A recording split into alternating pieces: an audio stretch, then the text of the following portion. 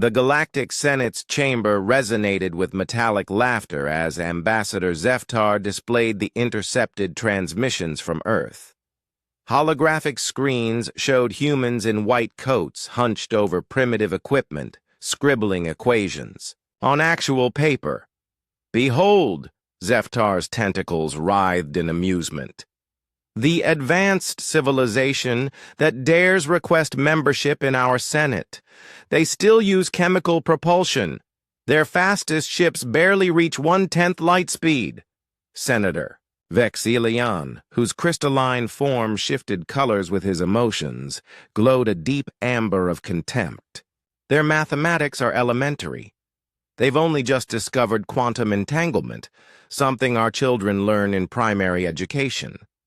The assembled representatives from 47 star systems erupted in synchronized derision.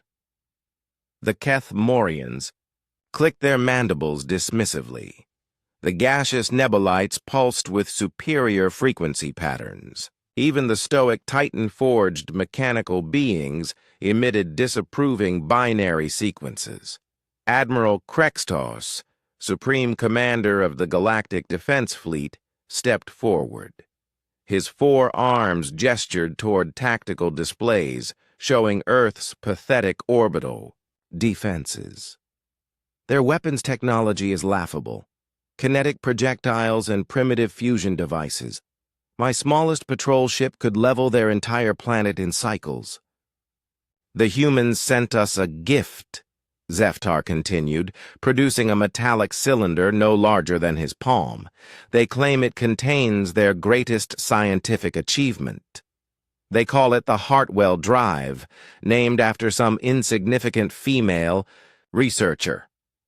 The chamber filled with amused chittering. Dr. Vera Lynn, the Senate's chief xenobiologist, extended a scanner toward the device. Crude construction, basic metallurgy. The power signature is negligible, barely registering on our equipment. Shall we demonstrate their breakthrough?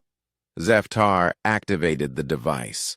A soft blue glow emanated from the cylinder. Nothing else happened. Magnificent, Senator Vexilian's crystalline form flickered with mocking light patterns. Truly, the humans have revolutionized the art of creating ambient lighting, but Dr. Vera Lynn's scanner was behaving strangely. The readings fluctuated wildly before stabilizing on an impossible number. She recalibrated the device twice, then 3 times. Each scan yielded the same result.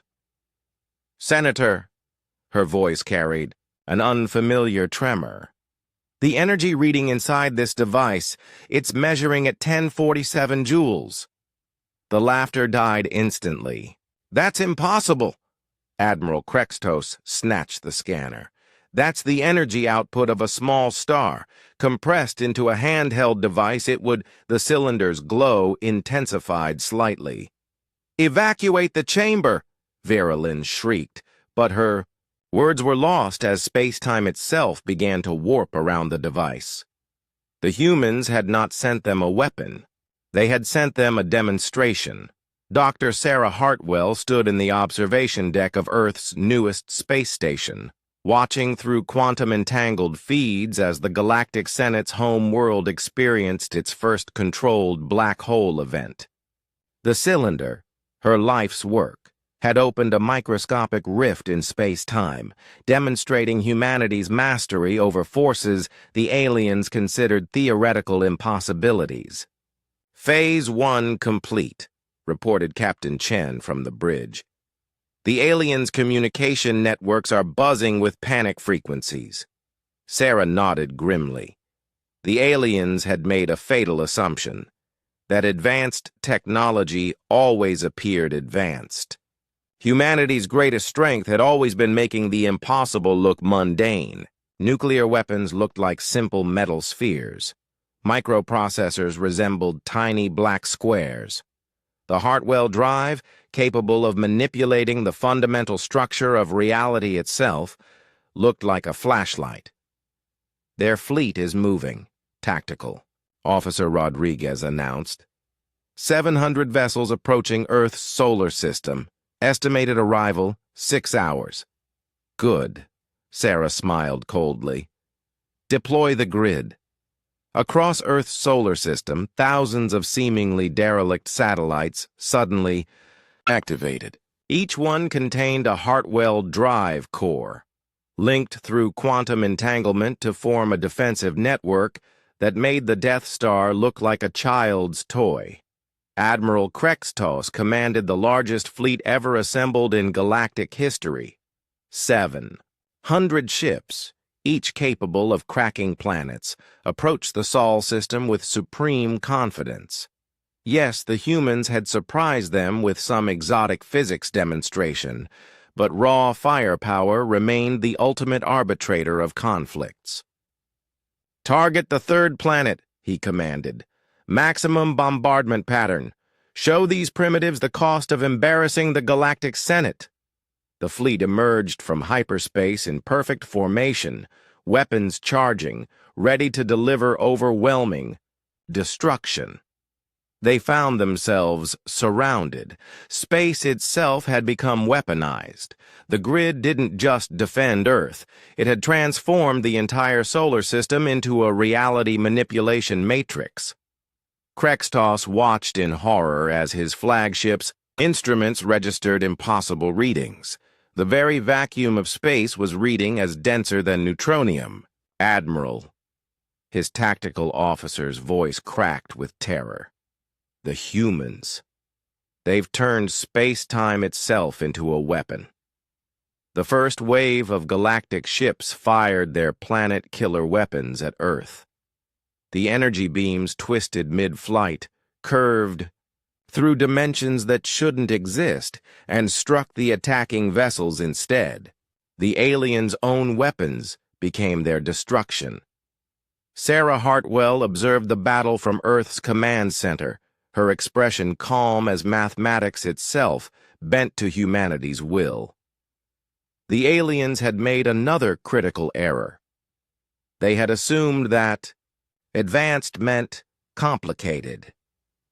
Humanity's approach was elegantly simple. Don't build bigger guns, rewrite the laws of physics so that your enemy's guns pointed backwards. This is Admiral Krextos of the Galactic Fleet. The transmission crackled with desperation. We surrender. We formally request an immediate ceasefire. Negative, Sarah replied coolly. You came here to demonstrate your superiority. The demonstration continues until we're satisfied. One by one, the most advanced warships in galactic history were systematically dismantled by their own weapons, redirected through impossible geometries. The survivors fled in panic, carrying news that would reshape galactic politics forever. The humans hadn't just defended themselves. They had revealed that Earth's seemingly primitive scientists had already mastered forces that made the rest of the galaxy's technology look like stone knives and bearskins. Senator Zeftar, broadcasting from an escape pod, made the announcement that ended the Galactic Senate's age of supremacy. By unanimous vote, we formally invite humanity to assume leadership of the Galactic Council. We deeply regret our previous assessment. Sarah Hartwell smiled as she watched the alien fleets retreat. Humanity had just taught the galaxy the most important lesson in the universe. Never underestimate the species that split the atom while still using slide rules. The mockery had ended. The real demonstration was just beginning.